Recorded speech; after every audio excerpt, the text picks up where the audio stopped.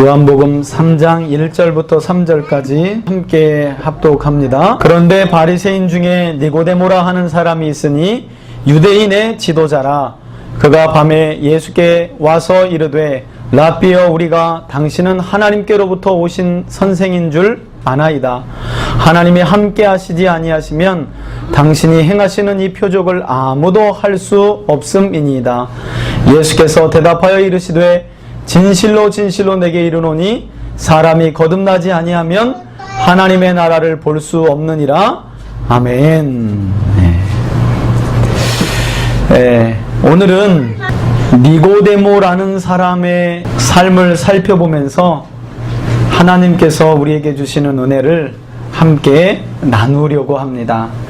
오늘 말씀 제목은 밤중에 찾아온 공회원 니고데모라는 제목으로 하나님의 말씀을 증거하려고 합니다.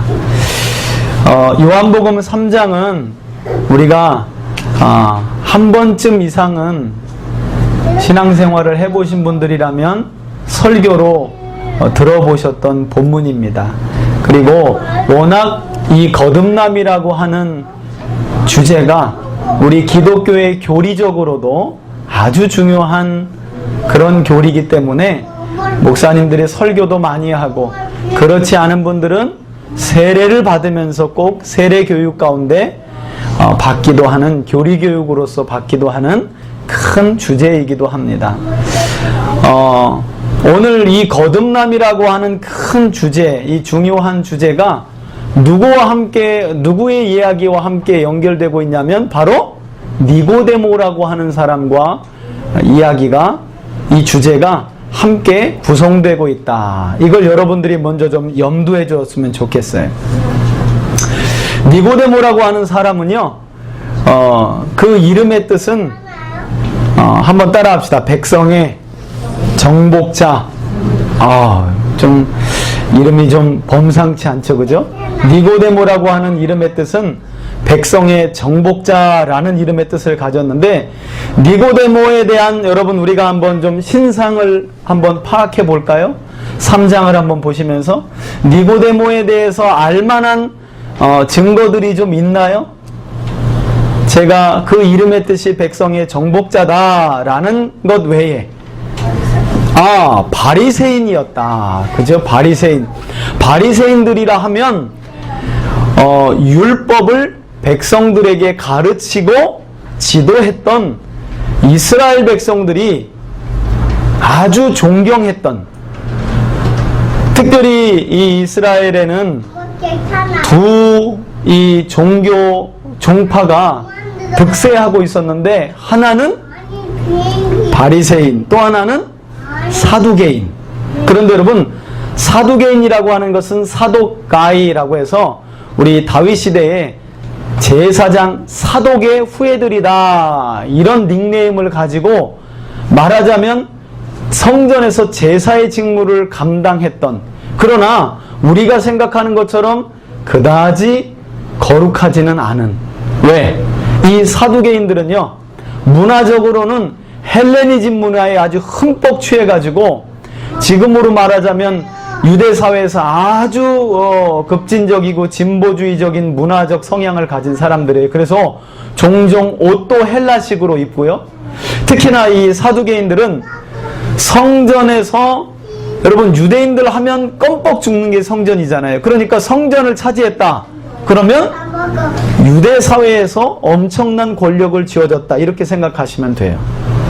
그러다 보니까 당시는 로마가 이스라엘을 지배하고 있었던 시대였기 때문에 이 사두개인들과 로마 정부로부터 이스라엘 땅 여러 지역을 다스리는 총독이라든지 분봉왕들이랑 아주 권력적으로 밀착 관계에 있었던 사람들이 바로 사두개인들이에요.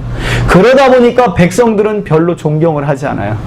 그런데 사두개인들보다는 권력은 거의 많이 가지지 못했지만 늘 어떻게 하면 하나님의 말씀을 백성들에게 바르게 가르치고, 예를 들어 안식일을 거룩히 지키라, 이 한마디도 그냥 놓치지 않고, 그러면 어떻게 하면 거룩하게 지키는 것이냐?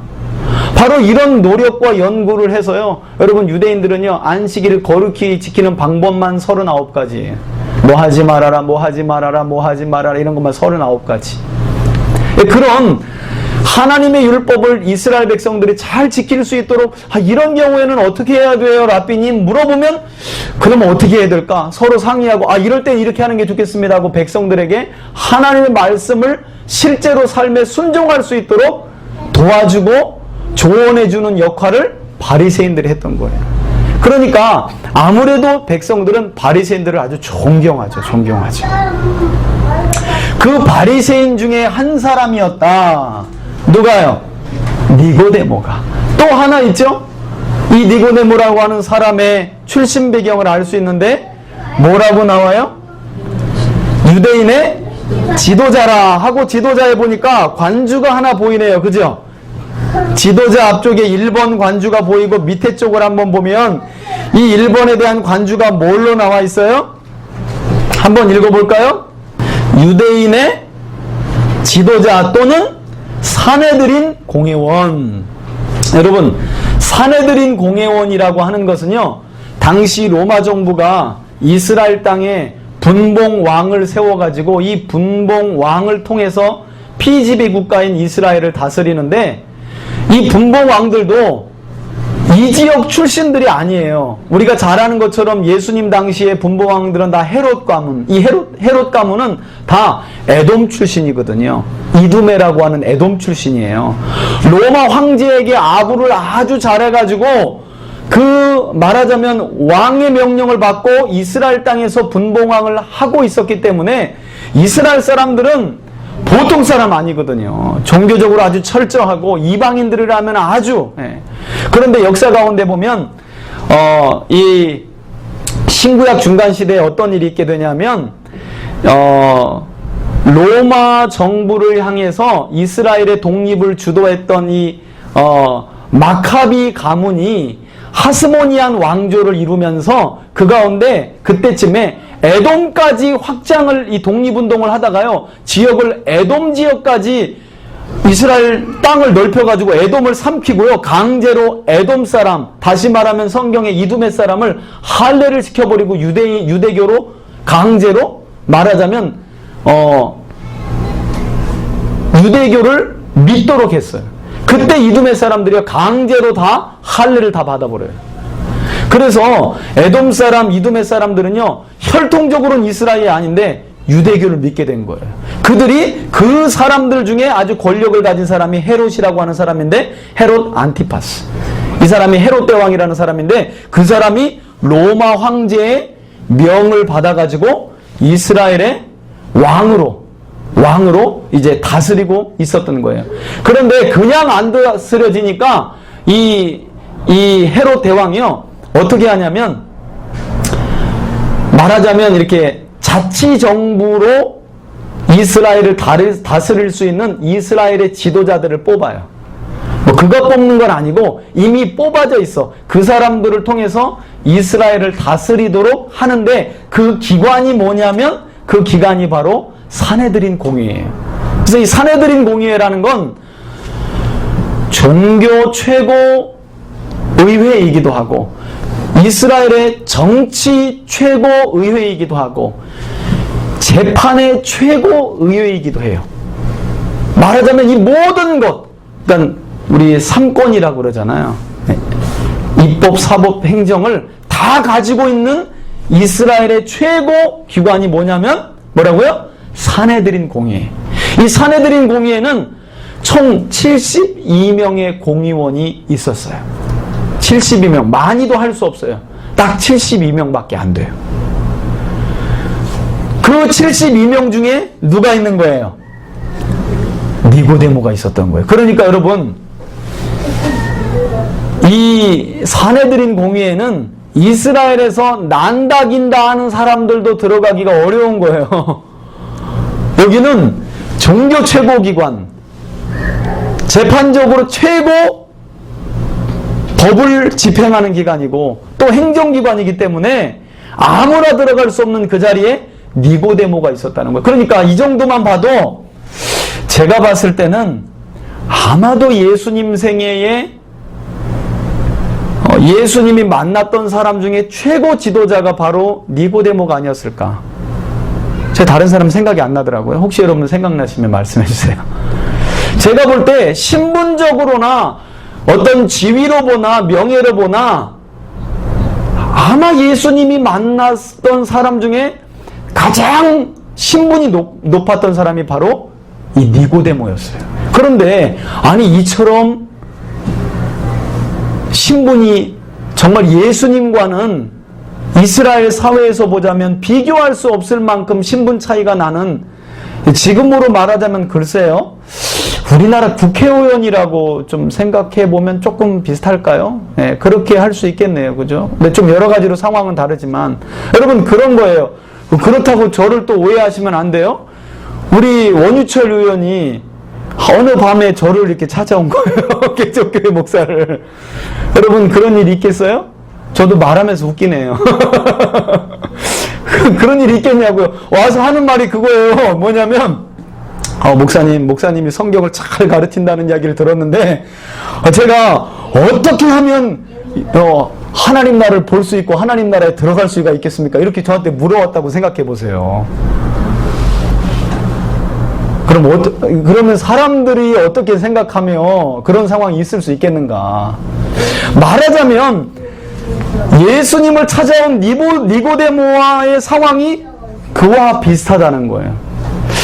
아니요. 오히려 그보다도 좀 더 여러 가지 아무튼 복합적이에요. 찾아온 이유를 보면 니고데모는 분명히요. 이 국회의원이기 때문에 지금 이스라엘 안에서 이 예수라는 사람이 얼마나 민중을 지금 이렇게 소동시키면서 지금 이스라엘 사회를 흔들고 있는지에 대한 이야기를 알고 있는 사람이에요. 그래서 지금 바리새인 중에 대부분 사람들은 예수님을 어떻게 하려고 할 수만 있으면 죽이려고까지 하는 상황인데, 그래도요 니고데모가 예수님을 찾아온 이유는요, 보통 여러분 그거 있잖아요. 예수님을 찾아온 율법사나 바리새인들 보면 꼭 앞에 말씀이 붙어. 어떤 말씀이 붙어요? 그가 예수를 시험코자 하여, 그가 예수를 넘어뜨리려고, 예수를 붙잡기 위하여, 꼭 거의 다 붙는 부분이, 이 바리새인들이나 종교 지도자들이, 율법학자들이 올 때는 예수님을 넘어뜨리고 모함하고 시험하려고 와서 예수님을 찾아왔는데, 니고데모는요 그런 부류는 아니었던 것 같아요. 그런 부류는 아니에요.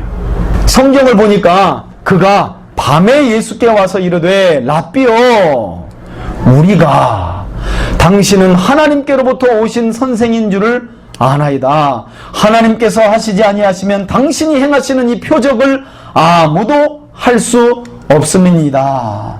니고데모가 예수님을 찾아오긴 했는데요, 뭘 보고 찾아와요? 뭘 보고? 한번 따라합시다. 표적을 보고 따라왔는데, 여러분 그렇다고요 니고데모가 무슨 지금 예수님에 대한 소문을 듣고 그런 표적을 일으킨 다음에 병든 자를 일으킨 다음에 죽은 자를 살린 다음에 이런 표적을 보고 따라온 건 아니에요. 왜냐하면 시기적으로 보면요, 지금 예수님께서 앞에 행하셨던 표적은 몇 개 안 돼요. 해봐야 가나안 혼인잔치, 물을 포도주로 바꾼 거 하고요, 또 그 전에 2장에 나오는 성전을 정결하게 하신 사건 외에는 거의 없어요. 네. 물론 성경에 기록되지 않은 다른 표적들도 행하실 수 있지만, 여하튼 중요한 것은 니고데모가 지금 예수님이 행하시는 표적은 하나님이 함께 하시지 않으면 불가능한 표적이기 때문에 찾아왔다는 거예요. 그런데 여러분 이걸 오해하시면 안 돼요. 단순히 어떤 능력이나 이적이나 표적이 궁금해서 온 건 아니에요. 왜냐하면 니고데모는요 바리새인이에요. 만약에 여러분 니고데모에게 들린 소문이 그냥 예수라는 사람이 있었는데, 그가 베들레헴에서 태어나서 나사렛에서 자라고 지금 예루살렘에 와가지고 예루살렘을 이 나사렛에서 왔다 갔다 하고 가버나움에서 왔다 갔다 하면서 막 병든 자를 고치고 사람들을 귀신을 쫓고 지금 사람들을 선동하고 있대 하면요, 예수를 찾아올 리가 없어요. 당장 사람들을 시켜서 붙잡아 가둬라 이러면 되는 거예요. 아니면 죽여라 이러면 되는 거예요. 여러분, 이 니고데모가 지금 궁금해하는 예수님이 일으킨 표적은 무슨 표적이냐면 구약에 예언된 메시아만이 할 수 있는 그 표적이 지금 그 표적을 보고 쫓아왔다는 거예요. 그 표적을 보고. 다른 사람들은 그마저도 부인하고 너가 귀신의 힘으로 그와 같이 하는 거지 하고 모욕을 할지언정 이 니고데모는요, 제가 볼 때는 그래도 유대인 중에 상당히 성경을 깊게 본 사람이에요. 여러분, 예수님이 얼마나 큰 모욕을 당했어요. 아니, 메시아로서 못 믿겠다 그래서 하나님의 힘을 보여라 그래서 구약에 예언된 대로 메시아가 나타나면 이런 일이 있을 거야 라는 일을 지금 예수님이 공생의 기간 쭉 가시면서 그것만 골라서 다 보여주고 있는데, 그걸 보여주면 뭐라 그래요? 유대인들이? 저가 바알세불 귀신의 힘을 빌어서 저런 능력을 베풀고 있다, 이런 오해와 억지와 예수님을 심지어는 비방까지 하는데, 니고데모는 그게 아니라요, 저건 분명히 예언서에 선지자들이 예언한 메시아만이 할 수 있는 표적인데 하고 예수님께 찾아왔다는 거예요. 그런데 여러분, 여기서 제가 팁을 하나 드리면, 여러분, 이 거듭남의 사건, 이 니고데모 이야기가 사복음서에요, 요한복음에만 나와 있어요. 요한복음에만. 다른 복음서에는 안 나와 있어요. 무슨 말이냐?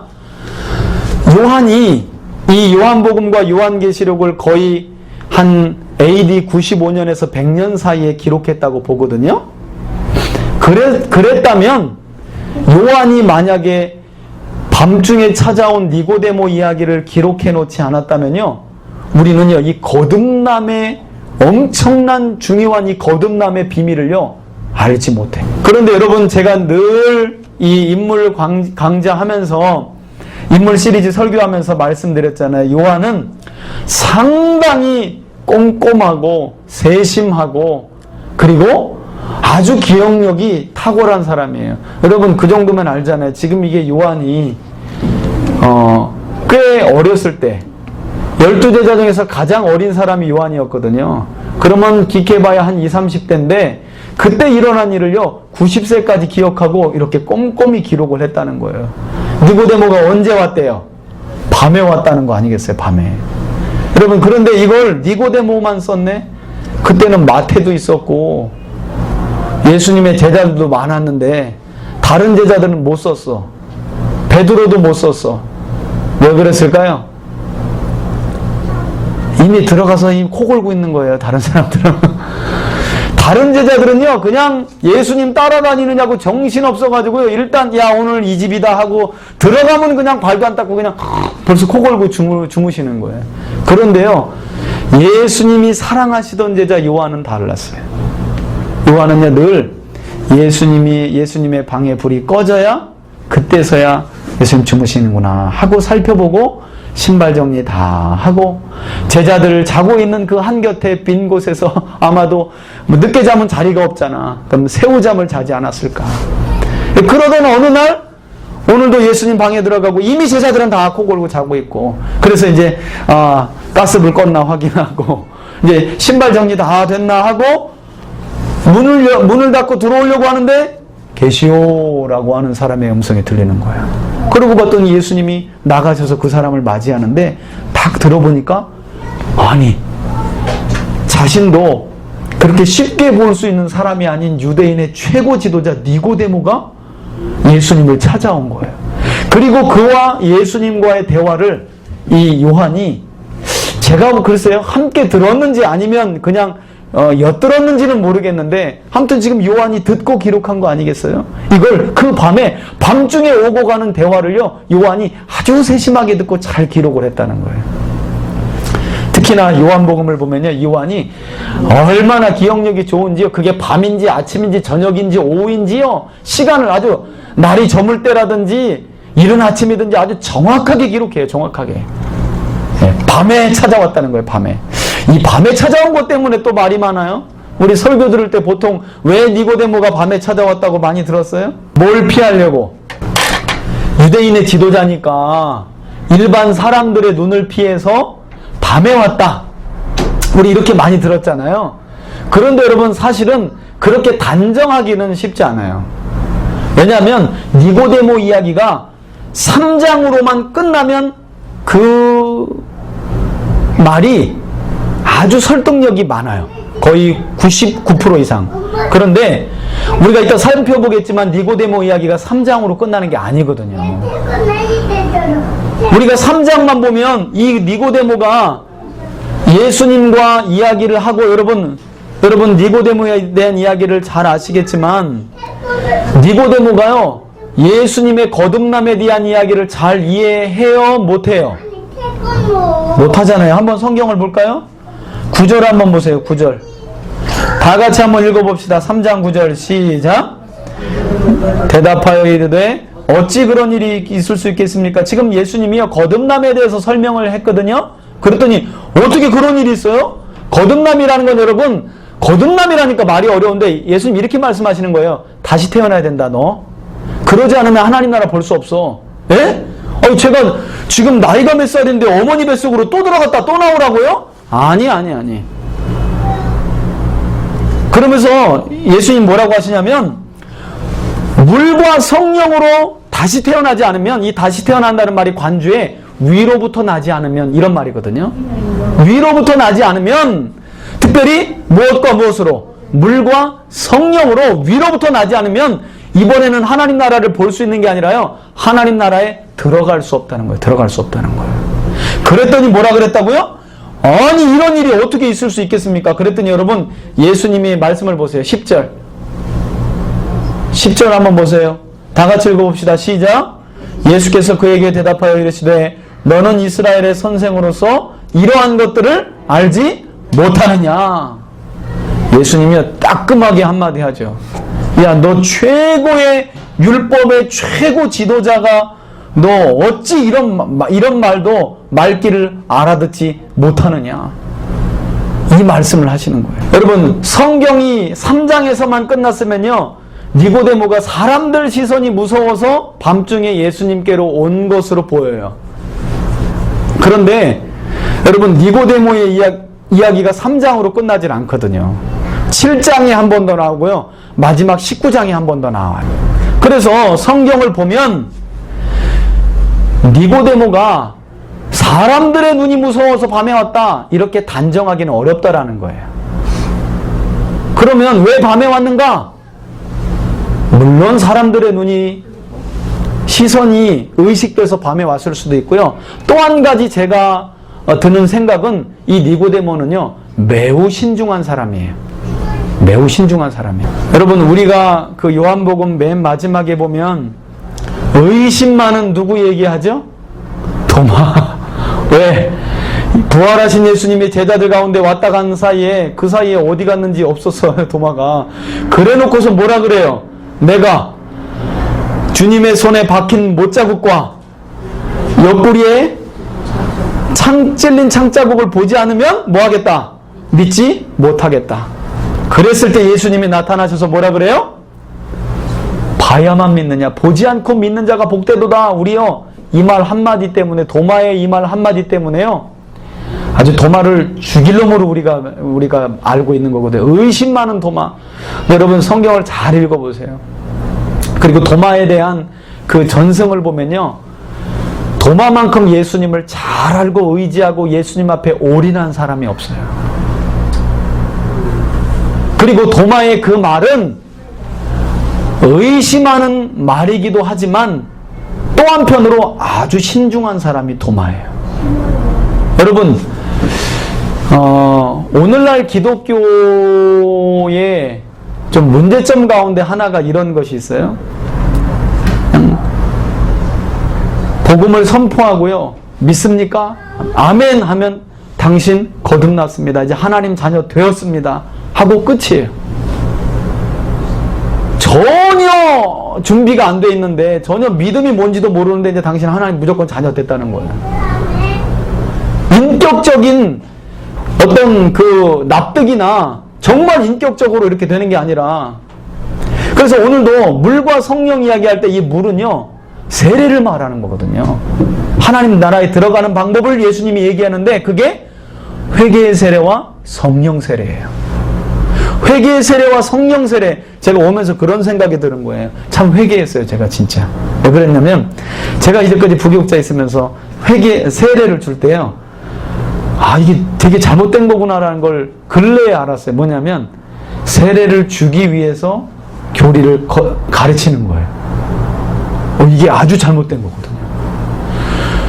거듭남이 뭔지 가르쳐주고, 이렇게 해야 하나님의 자녀가 되는군요. 저도 세례받고 싶어요. 이게 원래는 바른 거거든요. 그런데 그게 아니에요. 1년 됐어요? 그럼 이번 주에 세례받을 준비해요. 하고 세례교육 들어오세요. 그럼 전혀 동의가 안 돼요. 하나님 말씀에 대해서 몰라요. 그냥 받아야 된다, 이거 받아야 된다니까 무슨 그 교육 이수하는 것처럼 생각을 하고요. 이수만 하면 그냥 세례 주잖아요. 여러분, 그러니까 제가 볼 때는 이 교회 안에 non 크리스천이 그렇게 많은 거예요. 여러분, 회개의 의미가 뭐예요? 세례의 의미가 물세례? 첫 번째는 씻는다예요. 세례라는 말은 씻는다. 죄를 씻는다. 두 번째는 죽는다. 세례라는 말은 헬라어로 바티조라는 말인데, 씻는다, 죽는다. 나의 옛사람이 죽는다는 거예요. 물속에 실제로 잠기잖아요. 쑥 잠기잖아요. 죽는 거예요. 세 번째는 그리스도와 연합한다는 말이에요. 그러니까 이런 세례의 진정한 의미를 안 가르쳐 주니까, 그리고 세례를 주기 위해 세례문답을 하니까 이게 뭔가 잘못된 거예요. 사실은 거듭남에 대한 진리를 바르게 가르쳐주고 이 사람이 그렇군요. 저도 세례를 받고 싶어요. 저도 하나님의 사람이 되고 싶어요. 하면 그때 세례를 주는 건데. 그래서 제가 이 말씀을 준비하면서 이거 연수됐다고 앉으세요 하고 세례교육하면 이거 안 되겠구나. 말씀을 먼저 바르게 가르치고, 이 사람이 세례받을 준비가 됐다면 세례받을 준비는 뭐예요? 내가 죄를 씻고 옛사람이 죽고 이제 내 남은 삶은 그리스도와 함께 동행한다. 내가 그리스도와 연합했다. 라는 믿음이 있을 때 진짜 세례받고 그때여야 진짜 하나님의 사람으로서의 삶을 사는 건데, 제가 10년 부교육자 하면서 그랬던 경우가 거의 없는 것 같아요. 그냥 세례의 목적을 위한 세례 공부. 그러니까요, 이게 말하자면 거듭난 사람들을 보기가 힘든 것 같아요. 거듭난 사람. 제가 지금 니고데모에 대한 이야기를 여러분들에게 드리면서 아까 제가 말씀드렸죠? 사람들의 시선이 두렵기만 해서 밤에 온 건 아니라고. 니고데모는요, 신중한 사람이에요. 신중한 사람. 그래서 예수에 대한 이야기를 듣고요, 실제로 그런 표적이라면 메시아만이 할 수 있는 표적인데 하고 찾아왔던 거예요. 그때 예수님이요, 딱 니고데모를 보자마자 딱 알아차리세요. 니고데모가 뭐 때문에 왔는지. 니고데모가 어디에 관심이 있어요? 예수님의 대답을 보면 어디에 관심이 있어요? 여러분들이 한번 추론해 보세요. 예수님의 대답을 보시면, 그렇지, 하나님 나라. 니고데모가요, 아이고 이스라엘의 선한 선생님이시오, 막 그런 말, 당신이 행하신 표적은 하나님이 함께 하시지 않으면 불가능한 표적입니다. 이런 말들은요, 그냥 인사치레예요. 인사치레. 사실은 니고데모 안에 하고 싶은 말이 있는 거예요. 무슨 말이냐면, 하나님 나라를 어떻게 볼 수 있을까?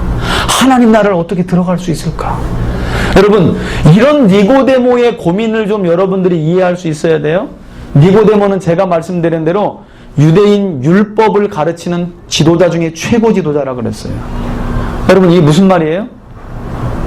성경 지식 많다고 하나님 나라에 들어가는 거 아니라는 거예요. 신앙 연수 많다고 직분 받았다고 하나님 나라를 볼 수 있거나 하나님 나라에 들어가거나 하나님의 나라를 누리는 게 아니라는 거예요.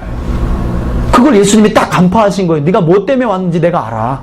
그래서 예수님이 말씀하시잖아요. 야, 3절에 내가 진짜 여러분, 예수님이 하신 말씀에서도요, 진짜 중요한 말이 진짜예요. 예수님이요, 말씀 중에 진짜 중요한 건요, 진실로 진실로를 꼭 붙이세요.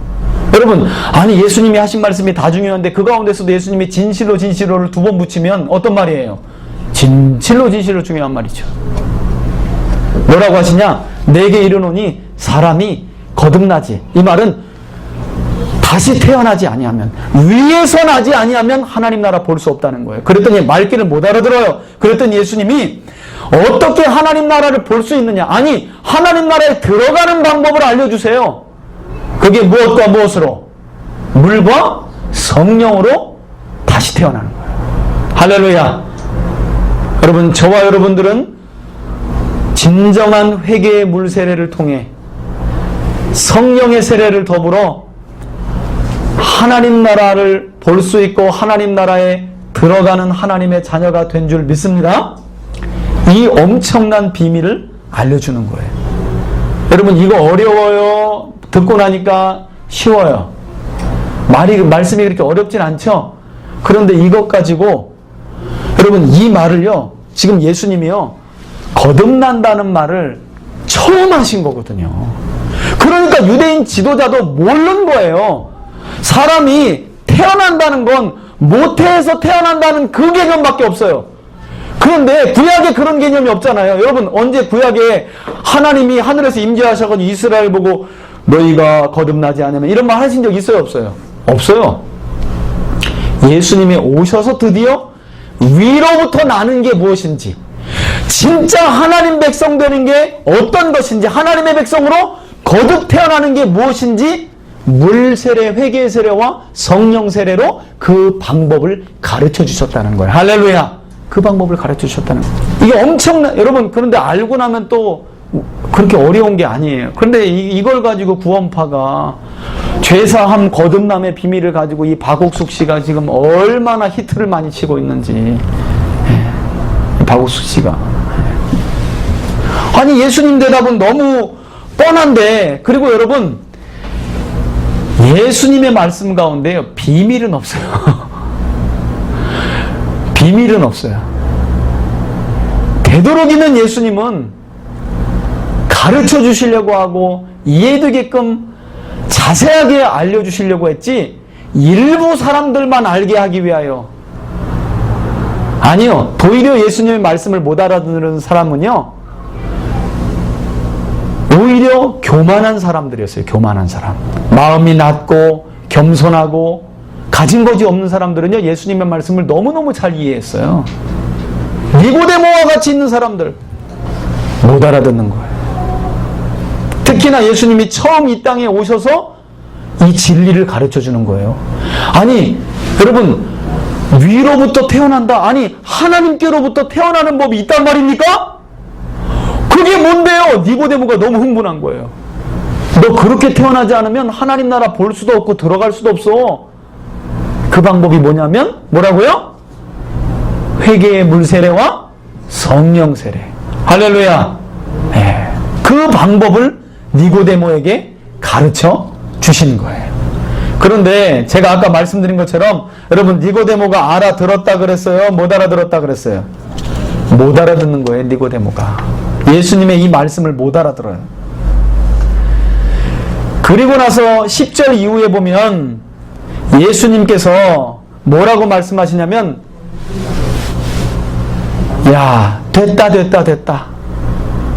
아, 왜요 예수님? 그랬더니요, 아니 지금 네가 땅에서 일어나는 일을 말해줘도 모르는데 하늘에서 일어나는 일을 말해준 줄 알겠느냐. 여러분, 무슨 말이냐면, 우리 눈에는 성령으로 거듭나는 일들을 볼 수 없어요. 왜? 예수님이 하신 말씀처럼 바람이 임의로 불어서 무언가 나무를 흔들지만 그게 어디로부터 와서 어디로 가는 걸 우리가 알지 못한 것 같이, 지금 예수님의 말씀을 보면 땅에서 지금 성령을 통해 거듭나는 사람들이, 위로부터 다시 태어나는 사람들이 있다라는 거예요. 그런데 지금 유대인의 최고 지도자라고 하는 니고데모는 그걸 봐요, 못 봐요? 못 보고 있다는 거예요. 못 본다기보다도요, 못 믿는 거예요. 지금 예수님이 믿음을 말해요. 네가 위로부터, 하나님으로부터 태어나는 그걸 네가 믿지 않는구나. 그러니 너는 하나님 나라를 볼 수도 없고 들어갈 수도 없는 거야. 그 길이 뭐라고요? 회개의 물세례와 성령 세례. 그러면서 예수님이 한 단계 더 나아가죠. 예수님을 구약의 출애굽기에 모세가 이스라엘 백성들이 불뱀에 물렸을 때 장대에 놋뱀을 달아서 그 놋뱀을 본 자들마다 다 구원받은 것처럼 메시아이신 예수님 자신이 그 놋뱀과 같이 십자가에 달려 죽음으로 누구를 구원하는, 이스라엘뿐만 아니라 모든 사람들을 구원할 그런 메시아로. 그래서 그 예수님을 믿는 자마다 15절에 보면 뭘 얻게 하시려고? 영생을. 그리고 우리가 그것처럼 잘 외우는 암송요절인 16절이요. 그 니고데모 이야기와 연결되고 있는 거예요. 왜 하나님의 아들인 나를 저 저주의 상징인 십자가에 놋뱀이 달린 것처럼 달리게 하셨어야만 하는지 아니? 그건 하나님이 너희들을 사랑하셔서 그래. 그래서 독생자를 주셨고, 이는 그 독생자 예수 그리스도를 믿는 자마다 뭐하지 않고, 멸망하지 않고 영생을 얻게 하려고 한 것이란다. 그 이야기를 지금 니고데모에게 하고 있는 거예요. 17절에 하나님이 그 아들을 세상에 보내신 것은 세상을 심판하려 하심이 아니요 예수 그리스도로 말미암아 세상이 뭘 받게 하심으로? 구원을 받게 하려 하심이라. 그를 믿는 자는 심판을 받지 아니하는 것이요 믿지 아니하는 자는 하나님의 독생자의 이름을 믿지 아니함으로 벌써 뭘 받은 것이라? 심판을 받은 것이라. 그 정죄는 이것이니 곧 빛이 세상에 왔으되 사람들이 자기 행위가 악함으로 빛보다 어두움을 더 사랑한 것이라. 악을 행하는 자마다 빛을 미워하여 빛으로 오지 아니하나니 이는 그 행위가 뭐 하려고? 드러날까 함이라. 드러날까 함이라. 21절 다 같이 한번 읽어볼까요? 시작. 진리를 따르는 자는 빛으로 오나니 이는 그 행위가 하나님 안에서 행한 것임을 나타내려 함이니라. 그래서 여러분 지금 오늘 니고데모에 대한 이야기와 함께 아주 기독교의 중요하고 핵심적인 교리인 다시 태어나는 것, 하나님의 백성으로 위로부터 다시 태어나는 게 무엇인지, 무엇과 무엇을 통해서라고요? 회개의 물세례와 성령 세례를 통해서. 여러분, 그런데 지금 예수님은요 아주 기가 막힌 방법으로요, 제가 성경을 연구하면 연구할수록 어떻게 이스라엘이 그렇게도 참 눈이 감겨졌을까. 예수님이요 너무너무 쉬운 방법으로요 모든 걸 다 활용하셔서 메시지를 강력하게 주고 계신데 어떻게 이걸 못 봤을까. 너무 아쉬운 거예요. 여러분 지금 예수님이 니고데모를 데리고 위로부터 태어나는 거잖아요. 위로부터 나는 거. 하나님의 백성으로 다시 태어나는 게 어떤 것인지를 가르쳐 주는 거잖아요. 그런데 그 다시 태어나는 걸 가르쳐 주는 그 중요한 메시지를요 언제 하고 계신 줄 아세요? 성경을 한번 볼까요? 여러분 2장 13절 한번 보세요. 2장 13절 다 같이 읽어봅시다. 시작. 여러분 지금 절기적으로 뭘 앞두고 있어요?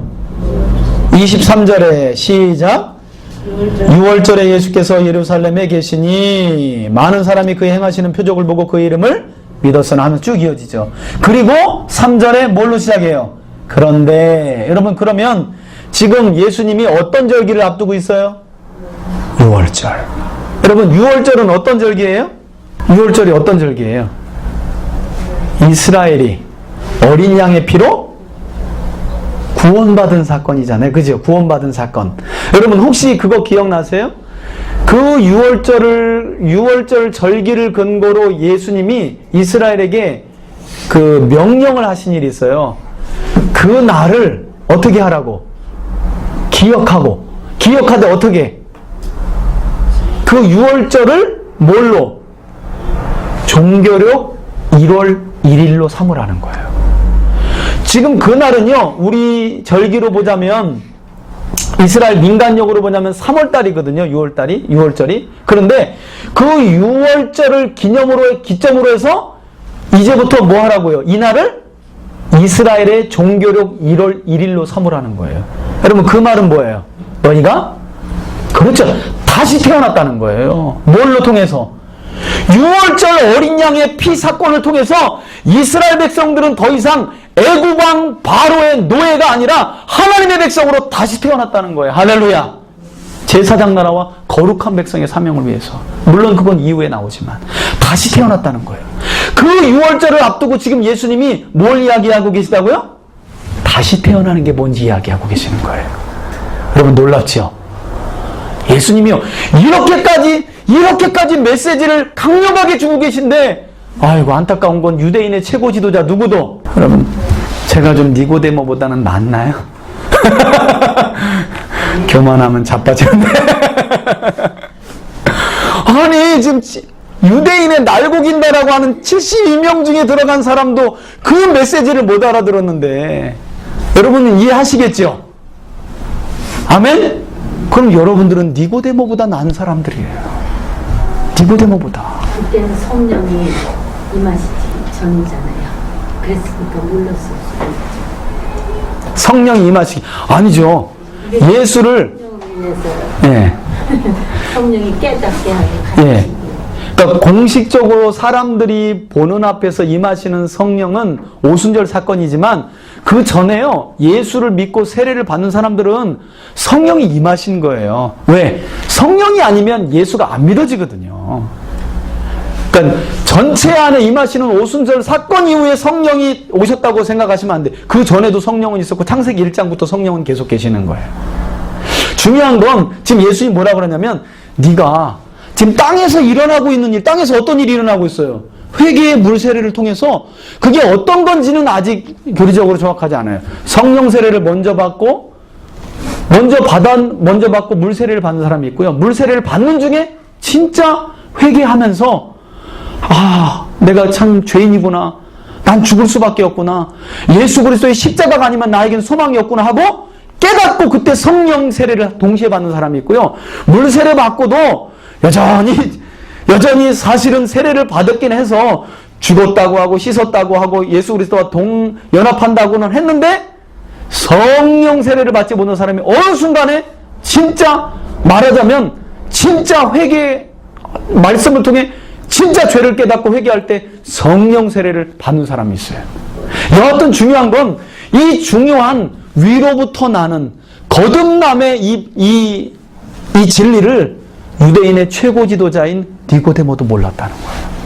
지금 예수님이 이스라엘이 새롭게 거듭난 6월절 절기를 맞추어서 구약의 너희 조상들은 어린 양의 피 예수 그리스도를 통해 하나님 백성으로 위로부터 났지만, 이제 그 거듭남은 누구를 통해서? 네, 여러분 6월절 어린 양의 피가 누구의 그림자예요?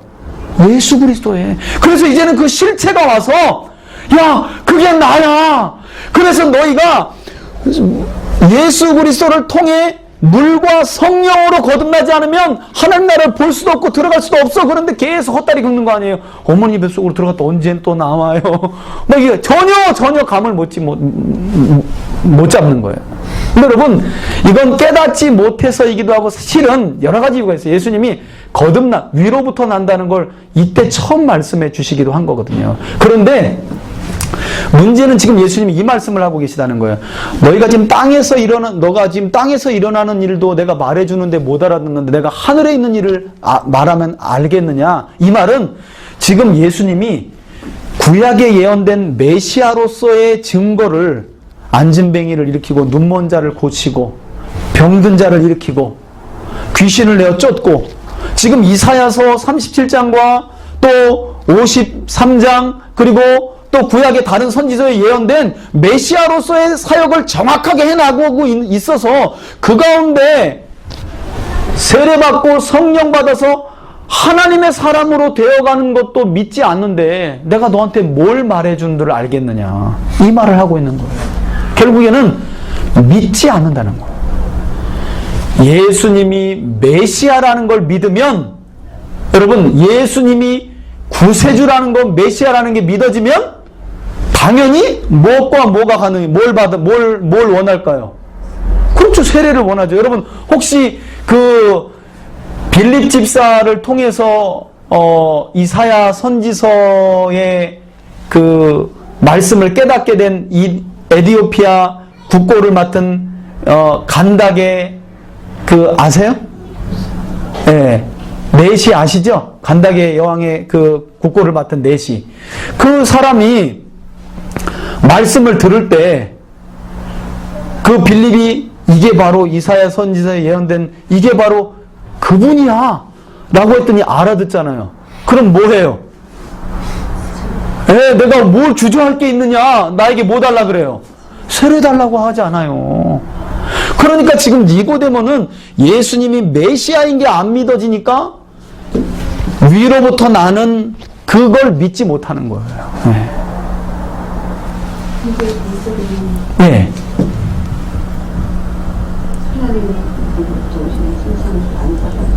예, 어디요? 2절에. 하나님께로부터 오신 선생인 걸 안다. 예, 이 말씀은 그러니까 당신이 메시아다 이런 고백은 아니에요. 그러니까 표적을 일으키니까 당시에는요, 여러분, 유대 사회에는요, 예수님 외에도요, 유대인들은 이런 전통이 있어요.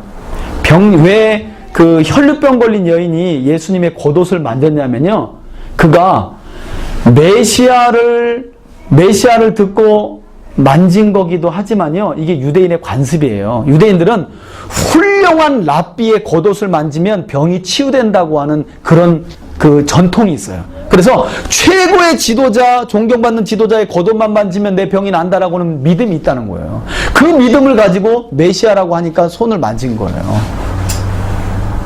그래서 그 말은 그냥 그 정도의 말이지 예수님을 메시아로 고백했다는 그런 말은 아니에요. 중요한 것은 오늘 예수님이 뭘 얘기하고 있냐면 새롭게 되는 거, 위로부터 태어나는 거, 거듭남, 다른 말로 하면 예? 우리 아까 여기 보면 제가 다 말했군요. 위로부터 태어나는 거, 거듭남에 대한 지금 엄청난 진리를 6월절에 맞춰서 설명해 주고 계시다는 거예요.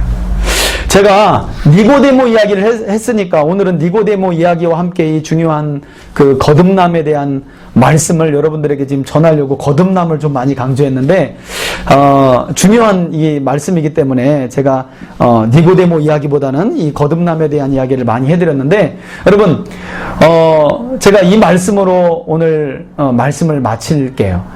여러분 니고데모가 오늘 이렇게 쭉 보니까 니고데모에 대한 결론이 나와요, 안 나와요? 오늘 성경만 보면 21절까지 보면 니고데모가 알고 간 것 같아요? 모르고 간 것 같아요? 그냥 점점점이에요. 그죠? 안 나왔어요.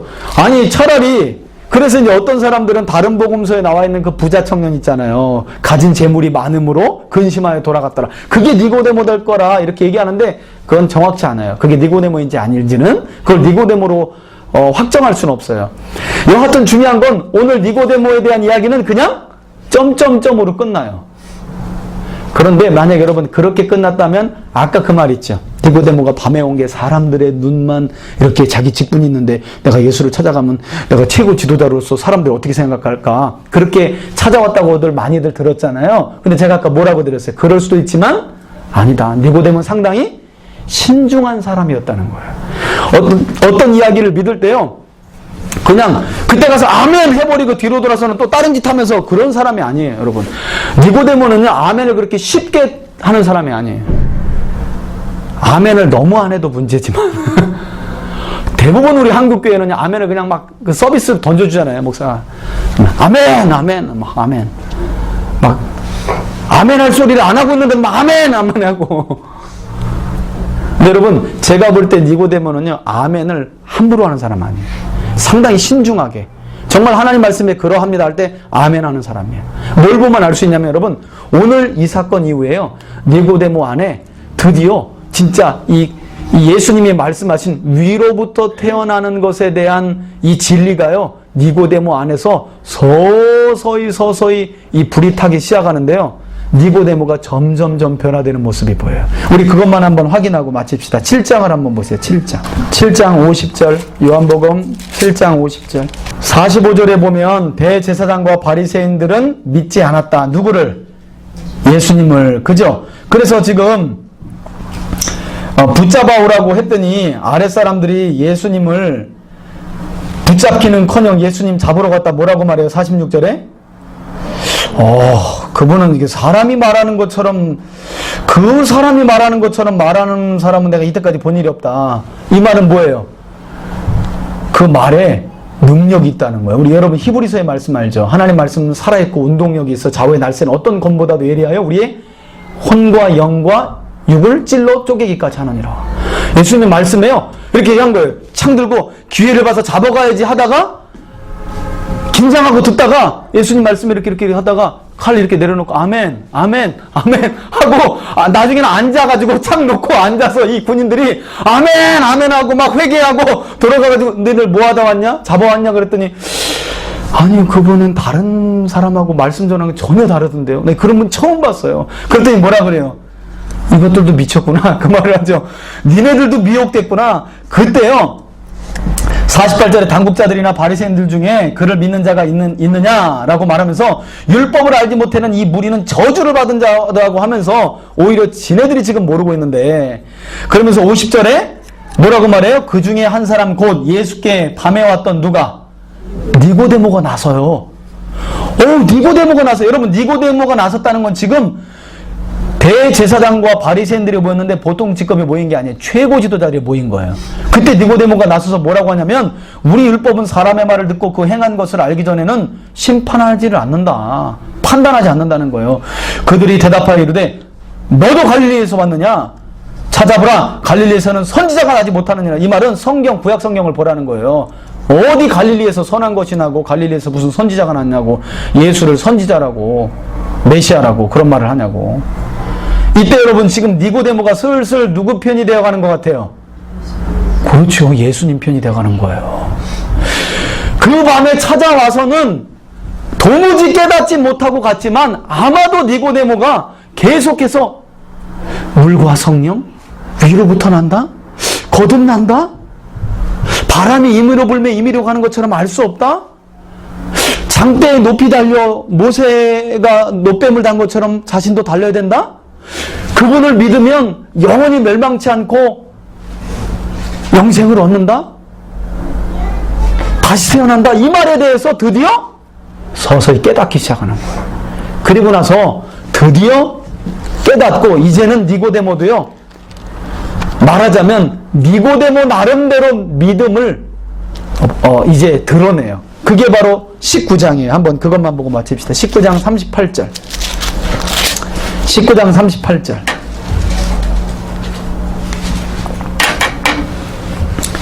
다 같이 한번 읽어봅시다. 예수님이 돌아가신 뒤에요. 십자가에 못 박혀 돌아가신 뒤에 38절 다 같이 시작. 아리마대 사람 요셉은 예수의 제자이나 유대인들이 두려워 그것을 숨기더니 이흘 후에 빌라도에게 예수의 시체 가져가기를 구하매 빌라도가 허락하는지라 이에 가서 예수의 시체를 가져가니라. 일찍이 예수께 밤에 찾아왔던 누구도 니고데모도 모략과 침향 섞은 것을 100리트라쯤 가지고 온지라.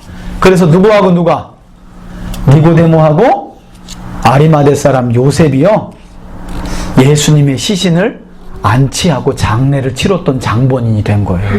여러분 지금 가장 뜨거운 한 이슈가 예수고 왜? 그가 지금 내가 하나님의 아들이라 그랬거든. 신성모독죄로 죽었는데 이 완전 이단아 예수가 신성모독죄로 죽었는데 그 저주의 상징인 십자가에 못 박혀 죽었는데 그를 지금 누가 장사하려고 하는 거예요?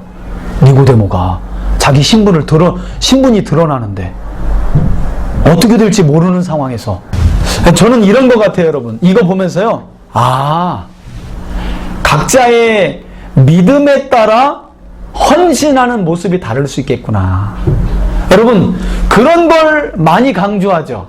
목사님들이 예수 믿으면 다 내려놓고 다 포기하고 싹 다 맡겨야 된다고 그러잖아요. 여러분 그래서 기독교인들이 제일 힘들어하는 거예요.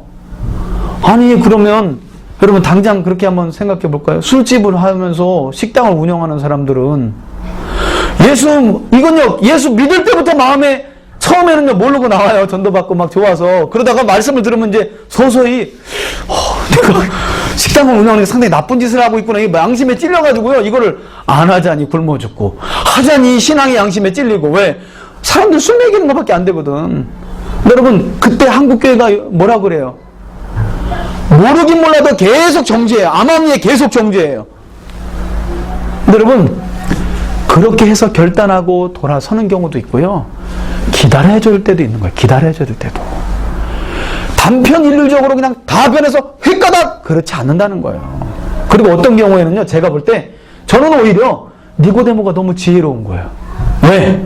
여러분, 그럼 예를 들어 이렇게 합시다. 정치가 여러분 요즘에 소망이 있어요, 없어요? 네? 정치에 소망이 있어요? 없죠? 그러니까 믿는 사람은 정치하면 돼요, 안 돼요? 그런 걸 보면 안 해야죠. 그러면 여러분, 온갖 불신자가 다 정치의 권력을 잡고 우리는 그 밑에서 하라는 대로 해야 되는데, 나중에 만약에 종교 이런 것들 다 제한하고 이래서 교회 함부로 다니기도 어려우면 여러분들 어떻게 할 거예요? 여러분, 그렇게 쉽게 생각할 문제가 아니라는 거예요. 오히려 더 잘 훈련시키고 더 능력을 갖추어서 보내고, 저는 그런 부분 생각 들더라고요. 아, 니고데모 나름대로의 믿음의 위치를 지켜가고 있었구나. 할렐루야. 아, 그랬구나. 우리가 볼 때는 베드로처럼 따라와 그러면 그냥 확 집어던지고 아멘하고 가야 믿음 좋다. 근데 여러분, 그렇지 않아요. 뭐가 그걸 증거하냐면 지금 하나님이 증거하고 계세요. 그 이야기를. 왜? 아니 여러분, 니고데모가 중간에 이렇게 변화됐다? 7장에 보여주고 계시죠. 이제는 19장에 오니까 니고데모가 믿음을 버린 사람이 아니야. 지금 예수님의 시신을 이렇게 안치하면서 헌신하고 있다? 이러면서 니고데모를 지금 예수님이 드러내고 계시잖아요. 하나님이 지금 말씀을 통해, 요한복음을 통해 드러내고 있잖아요. 그러니까 여러분, 저 이런 것 같아요. 물론 교회 일에, 하나님 일에 나서서 제가 하겠습니다 하는 사람들 정말 귀하게 생각하고 그들 위해서 기도해주고 축복해줘야죠.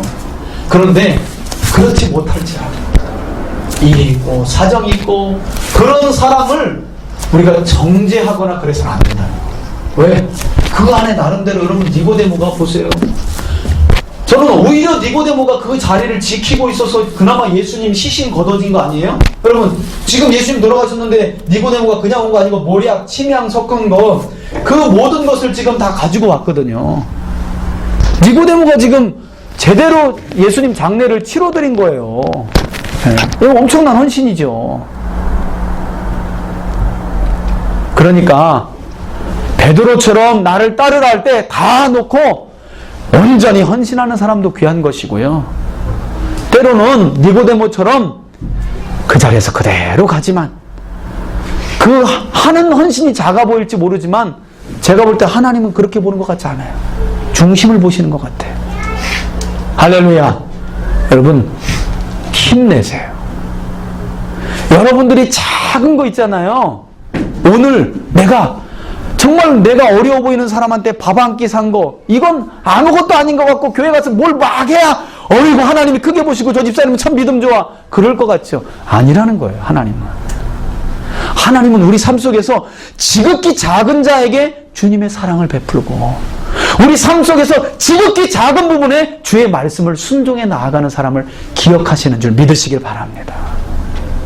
물론 베드로처럼 헌신하고 주를 따르겠습니다 하는 사람도 귀하게 보시죠.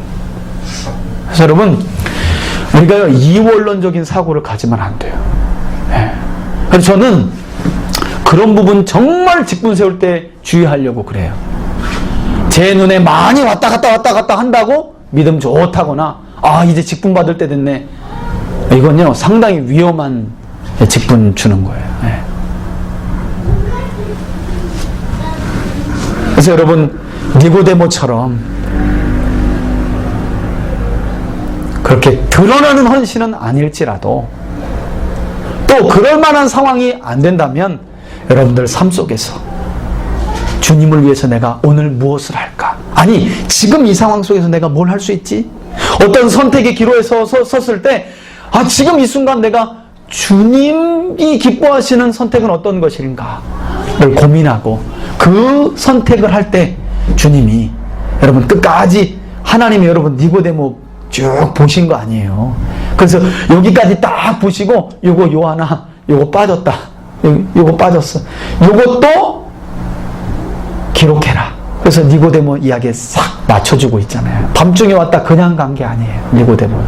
제가 오늘 두 말씀을 드렸습니다. 위로부터 나는 거, 거듭남의 비밀이 무엇인지, 회개의 물 세례와 성령 세례를 통해서 누구의 이름으로? 예수 그리스도의 이름으로 거듭남을 말씀드렸고요. 제가 이 니고데모 이야기를 제가 말씀드렸습니다. 니고데모는 여러분 그렇게 우리가 쉽게 말하는 것처럼 막 뜨겁게 예수님을 아멘하고 막 다 헌신하고 그런 사람은 아니었지만 삶 속에 치열하게 그 있는 자리에서 믿으려고 애쓰고 하나님 편에 서려고 애쓰고 그래서 끝내는 예수님의 시신까지도 이렇게 안치하는 그런 헌신까지 자라난 그런 사람이었다라는 것을 볼 때 혹여라도 여러분 스스로가 왜 이렇게 난 더딘가 라고 한다면 하나님이 그래도 여러분들과 함께 하시고 여러분들의 삶 속에 변화되는 것을 작은 부분 보시면서도 하나님은 기다리시고 기뻐하신다는 거 꼭 기억하시고 그런 분들이 혹시 주변에 있다면 여러분 니고데모를 보시고 오히려 좀 기도해 주시고 그래도 니고데모처럼 언젠가는 멋지게 쓰임받을 거야 그런 기대를 가지고 소망을 가지고 나아가는 여러분들 되시길 주의 이름으로 축원해 드립니다.